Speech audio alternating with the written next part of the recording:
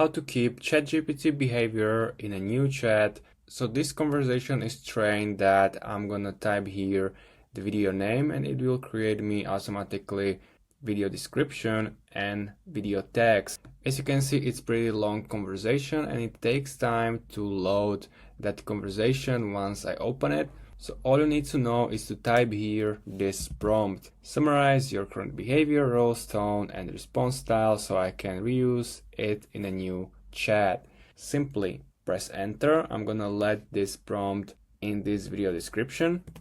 Now you can go down. This is my new prompt and you can copy it here and you can click on new chat and paste that prompt here. Press enter. And you can continue with this new conversation and it will behave like in the previous chat. So that's how you can do it. If you find this video helpful, please consider subscribing and see you next time.